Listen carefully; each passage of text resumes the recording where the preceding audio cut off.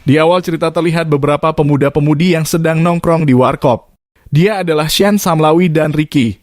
Sean mengingatkan Samlawi untuk move on dari Eden dan berhenti memandangi Eden. Namun Samlawi masih berharap kepada Eden. Dia terus memandangi Eden meskipun Eden terlihat cuek dan sibuk melayani pesanan para pembeli. Bosan karena keseringan dengar cerita Eden dan Samlawi. Ricky pun pindah meja dan menghampiri para gadis kesepian yang ada di sebelah mejanya untuk mencicipi kopi pahit milik mereka. Beralih ke dapur, Eden terlihat kurang baik. Temannya pun bertanya kepada Eden. Tak berselang lama, datanglah sang pelanggan kopi pahit dan gehu panas. Dia adalah si Codet. Meskipun terlihat menyeramkan, tapi Eden selalu ramah kepadanya. Tanpa memesan pun Eden langsung membuatkan kopi pahit dan gehu panas kesukaan si Codet. Di tempat lain terlihat neneknya Sisi sedang menyeret sebuah koper, kemudian dimasukkannya koper itu ke dalam mobil untuk dibawa pulang ke rumahnya. Beralih ke si Codet yang sedang asik kekenyoh dan minum kopi pahit kesukaannya. Sementara itu, gadis kesepian itu menawarkan 2 buah pepayanya kepada Ricky. Kemudian gadis itu mengolok-ngolok si Codet dengan menunjukkan buah pepayanya tersebut ke arah si Codet.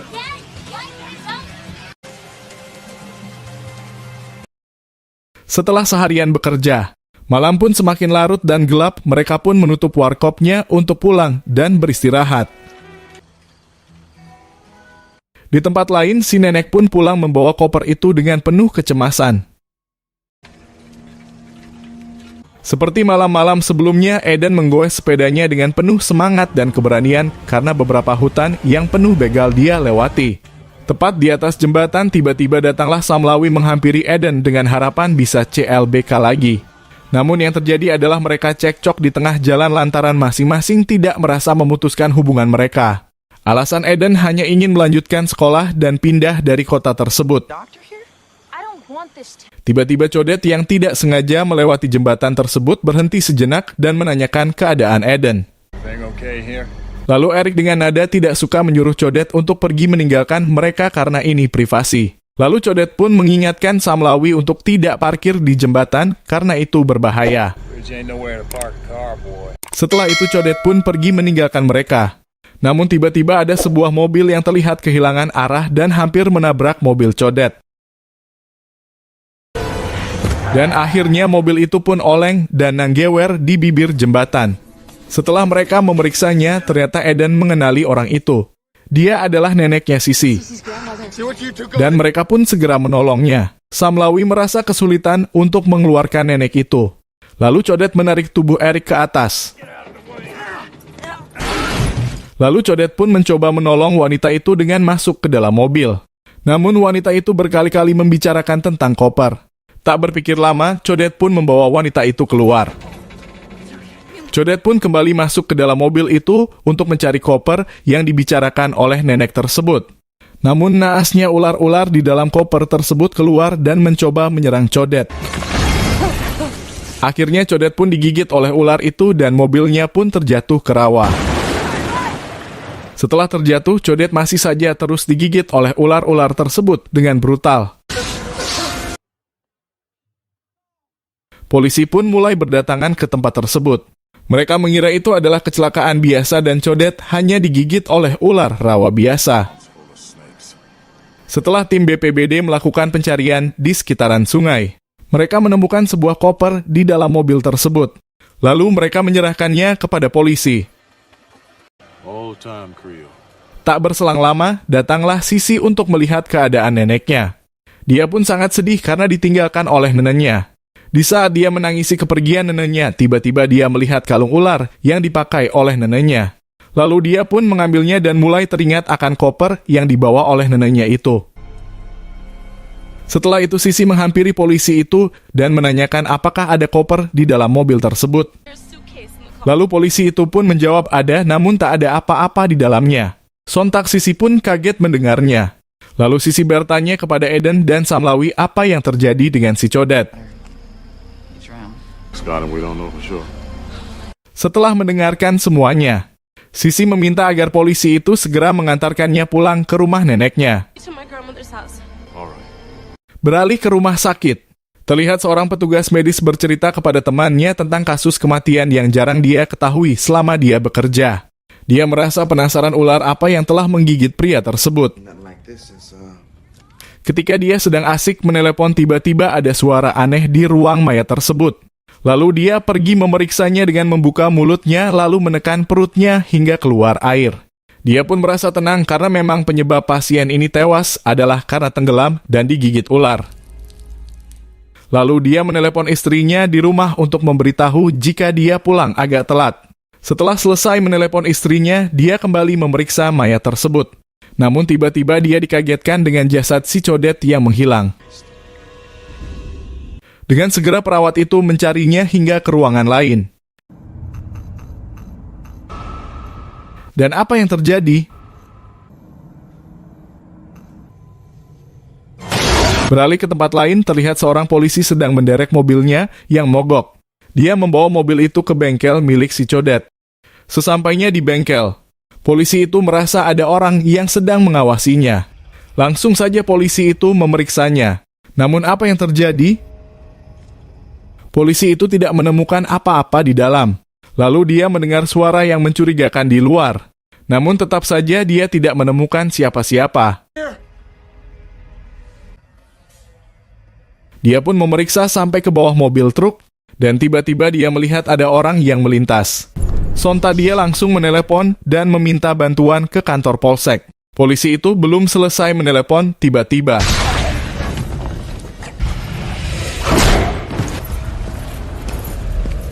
beralih ke kota. Samlawi meminta maaf kepada Shan karena tidak bisa menyelamatkan bapaknya dalam kecelakaan itu. Namun Shan seolah itu bukanlah masalah, karena memang Shan membenci bapaknya yang telah menelantarkan dia dan ibunya. Di tempat lain, Codet mengumpulkan jasad-jasad orang yang telah dia bunuh dengan memberikan simbol ular di dahi mereka. Di sela-sela hari liburnya, Eden menyempatkan waktunya untuk mengunjungi makam mendiang ayahnya. Setelah itu dia merasa ada sesuatu yang memanggilnya ke sebuah tempat. Di sana dia melihat sebuah tempat yang membuat dia penasaran. Eden pun mencoba mendatanginya. Namun tiba-tiba terlihat mobil Codet yang baru saja pergi dari tempat tersebut. Eden pun penasaran dengan hal itu, karena yang dia tahu Codet telah tewas dalam kecelakaan itu. Setelah kejadian itu, Eden pergi ke warkop tempat di mana dia bekerja. Eden menceritakan kepada Rachel tentang kejadian yang dia alami di pemakaman tersebut. Namun Rachel tidak mempercayainya karena hal itu mustahil. Di luar warkop, mereka juga tengah membicarakan gosip yang beredar tentang masa lalu Codet. Sementara itu, Eden dan Rachel masih membahas tentang neneknya Sisi yang tewas dalam kecelakaan mobil dulu. Ternyata Rachel pun tahu jika nenek Sisi adalah pendeta Mambo terbesar. Di tempat lain, dua orang wanita ini mampir di bengkel si Codet untuk menambah angin ban mobil mereka sekaligus numpang pipis di toiletnya. Peti pun segera masuk ke toilet untuk pipis, karena mereka buru-buru untuk menghindari macet di jalan. Setelah lama menunggu, akhirnya Temi memutuskan untuk menjemput Peti ke toilet. Tapi ternyata Peti tidak ada di dalam toilet. Lalu Temi pun mencari ke dalam bengkel milik si Codet.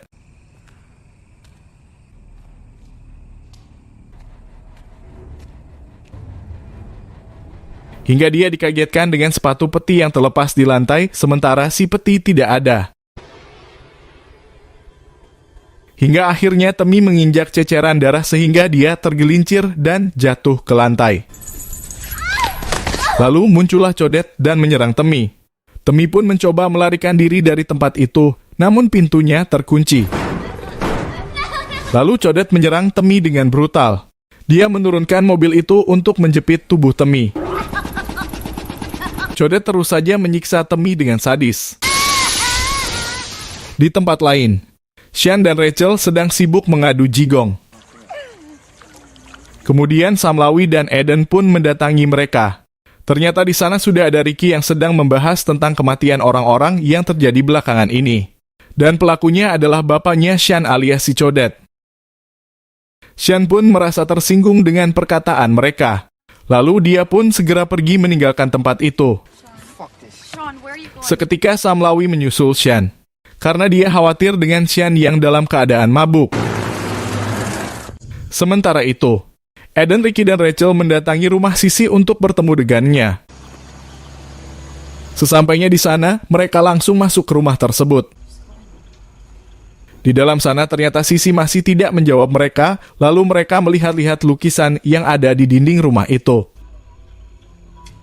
Tiba-tiba Sisi pun muncul dari belakang dan sedikit mengagetkan mereka. Di tempat lain, Samlawi mencari Sean hingga dia menemukannya di bengkel si Codet. Sean mengolok-ngolok tempat tersebut karena dia kesal dengan bapaknya, yakni si Codet. Setelah itu, Sean mulai menghancurkan tempat itu dengan melempar sebuah vel mobil ke jendela kaca. Merasa tidak puas, Sean pun mengobrak-abrik isi dalam bengkel tersebut. Lalu Samlawi pun menenangkannya. Hingga tak sengaja di sana mereka menemukan foto Sean sewaktu kecil. Akhirnya mereka pun pergi meninggalkan ruangan itu. Namun tiba-tiba mereka menemukan darah di ruangan lain. Sontak mereka pun bergegas pergi dari tempat tersebut. Beralih ke rumah Sisi. Sisi bertanya kepada Eden kapan si Codet itu menghilang. Lalu Eden menjawabnya jika Eden tadi pagi sempat melihat Codet di makam ayahnya. Lalu Sisi bertanya kepada Eden siapa saja yang mati belakangan ini. Eden pun memberitahu orang-orang yang mati tersebut. Setelah mendengar penjelasan Eden dan menyimpulkan sesuatu, Sisi bercerita tentang sejarah ular-ular tersebut. Itu adalah upacara pemerahan dalam ritual Haiti kuno. Para Mambo menyelamatkan jiwa manusia, membersihkannya dari yang jahat. Ular yang terjimat oleh Mambo menghisap orang dan menjadikannya orang yang jahat. Kemudian Edel melihat kalung ular dan teringat dengan nenek Sisi. Dia pun bertanya kepada Sisi kenapa neneknya malam-malam berada di tempat tersebut. Lalu Sisi pun menjelaskan jika kalung itu bernama Baka. Itu adalah jimat penyelamat. Cece menjelaskan jika neneknya pada waktu itu hendak mengambil koper itu. Karena khawatir jika koper tersebut ditemukan oleh perusahaan yang sedang membangun tempat tersebut. Eden pun masih penasaran dengan isi dari koper tersebut. Dia pun menanyakannya kepada Sisi. Sisi menjelaskan jika isinya adalah ular. Dan jika ular-ular tersebut lepas lalu menggigit si Codet, maka jiwa jahat yang sangat banyak masuk ke dalam jiwa si Codet dan menguasai tubuhnya. Setelah mendengar semua cerita Sisi, lalu Eden menceritakannya lagi kepada Ricky dan Rachel. Kemudian Eden meminta mereka untuk menghubungi polisi dan menjemput ibunya lalu membawanya ke rumah tersebut. Sementara itu, Sisi tidak menyetujui apa yang Eden lakukan. Sisi sudah pasrah dengan keadaan. Dia memberitahu Eden jika si Codet tidak bisa dihentikan. Di tempat lain, Ricky dan Rachel akan berangkat untuk menjemput ibunya Eden. Namun mereka dikagetkan dengan mobilnya yang terbalik. Kemudian mereka juga terkejut dengan adanya mobil si Codet yang berada di situ. Suasana pun bertambah tegang dengan adanya suara-suara aneh yang terdengar. Akhirnya sosok si Codet pun muncul di hadapan mereka dengan memegang linggisnya. Si Codet pun mengejar mereka sampai ke rumah Sisi. Lalu Rachel pun terjatuh karena dilempar dengan linggis oleh si Codet. Namun kali ini nasib Rachel masih beruntung. Mereka menyelamatkannya dan membawanya ke rumah Sisi.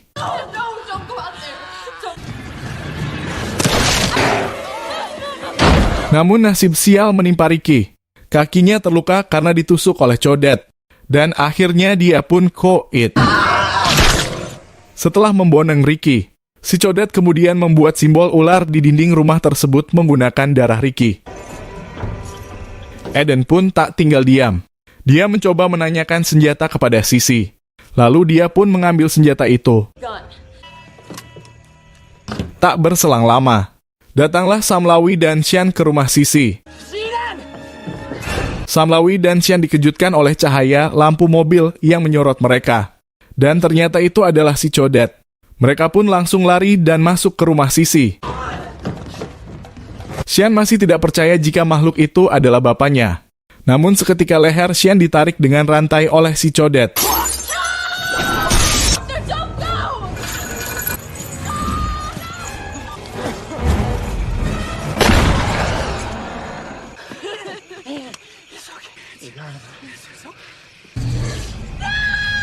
Setelah Codet ditembak, mereka mengira semua sudah selesai dan Codet tewas. Namun tiba-tiba Codet bangkit lagi dan menyerang Xian. Kemudian mereka menolong dan membawa Xian masuk ke rumah Sisi.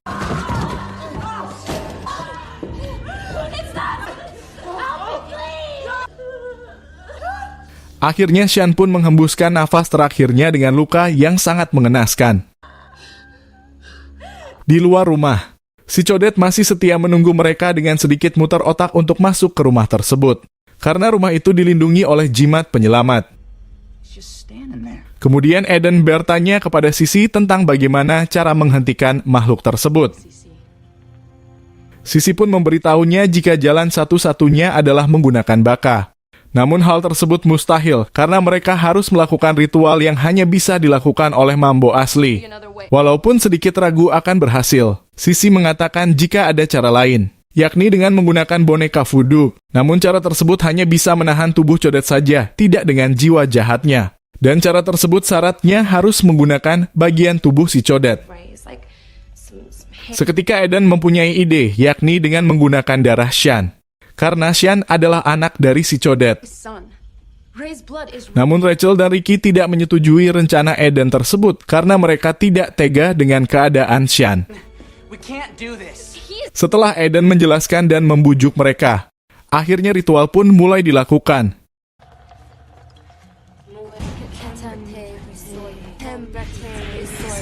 Saat mereka sedang melakukan ritual, tiba-tiba rumahnya ditarik menggunakan mobil oleh si Codet. Akhirnya rumah itu pun hancur dan beberapa reruntuhan menimpa kaki Sisi.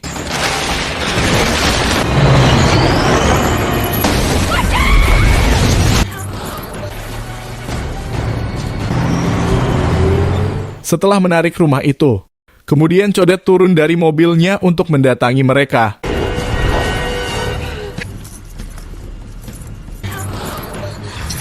Mereka pun melanjutkan ritualnya dengan menusuk kaki Xian. Dan seketika si Codet pun pincang. Namun tiba-tiba Codet pun bangkit lagi kemudian menggorok leher Sisi. Kemudian datanglah Ricky dan Rachel menjemput Eden. Lalu dengan segera mereka pun pergi.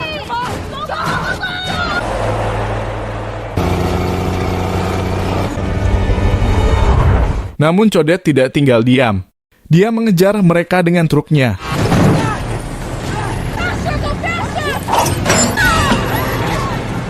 Hingga Rachel pun akhirnya tertangkap oleh rantai si Codet dan bergelantungan di antara dua mobil. Eden pun berusaha menolong Rachel dengan menarik kakinya. Hingga akhirnya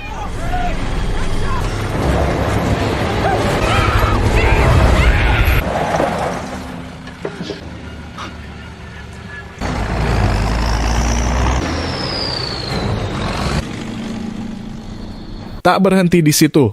Mereka pun terus dikejar oleh si Codet. Hingga akhirnya mereka berhenti di jalan buntu. Lalu mereka pun segera turun dari mobil dan melarikan diri ke arah rawa.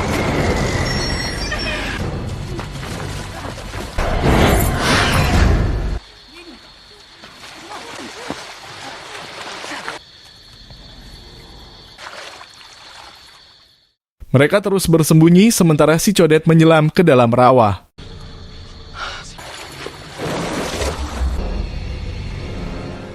Namun tiba-tiba si Codet muncul di hadapan mereka lalu menyerang.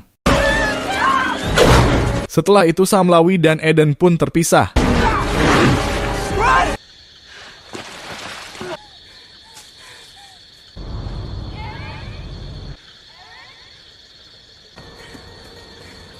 Lalu akhirnya Eden sampai di tempat pemakaman dan melihat ruangan yang sempat dia lihat waktu melihat codet dulu.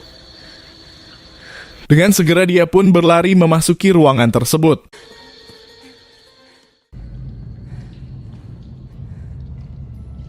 Sesampainya di dalam ruangan tersebut, dia melihat sebuah altar pemujaan. Kemudian dia melihat simbol ular di dinding dan lubang di bawahnya dengan dipenuhi oleh jasad korban-korban si codet. Tak berselang lama terdengar langkah si codet yang memasuki ruangan itu. Dan dengan segera Eden bersembunyi di lubang tersebut bersama jasad-jasad. Ternyata di sana juga ada Samlawi yang sedang berpura-pura mati. Codet pun yang merasa curiga dengan mayat-mayat tersebut mulai memeriksanya. Dia memegang kaki Eden. Samlawi pun berusaha mengalihkan perhatian si codet dan Samlawi pun tewas jadi korban si codet. Setelah itu codet pun melanjutkan ritual sesembahannya. Sementara itu Eden mengendap-endap sambil membawa baka dan obeng untuk menusuk codet dari belakang. Namun tiba-tiba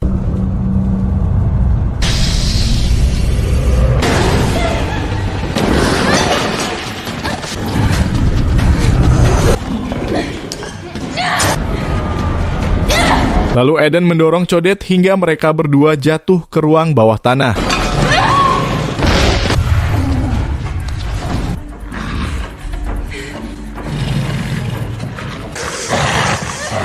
Dalam keadaan terpojok, Eden mengeluarkan baka.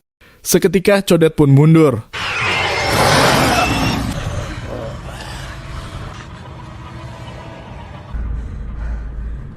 Lalu ular-ular pun keluar dari tubuh codet dan berusaha menyerang Eden. Kemudian Eden pun berhasil keluar dari tempat tersebut.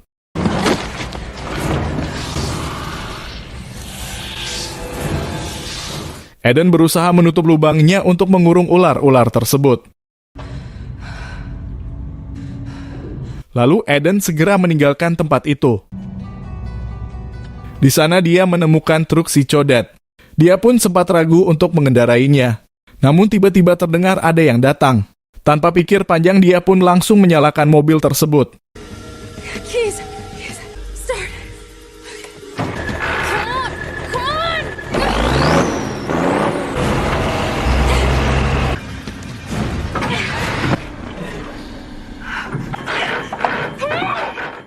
Tiba-tiba si codet pun muncul dan menyerang Eden. Namun Eden berusaha melawan dan menendangnya.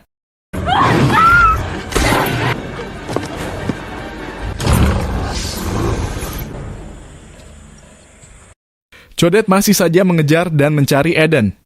Amarahnya sudah klimaks kali ini. Ketika hendak melarikan diri, Eden malah menginjak ranting pohon dan terdengar oleh codet.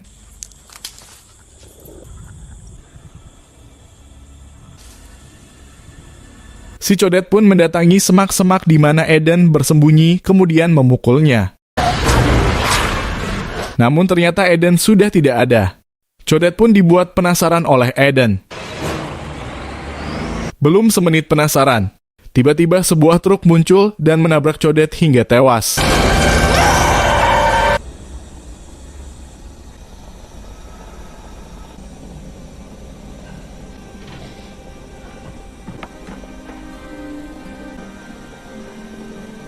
Sekian alur cerita film Venom 2015. Semoga ada pesan moral yang bisa kita ambil. Jangan lupa subscribe ya bro. Terima kasih.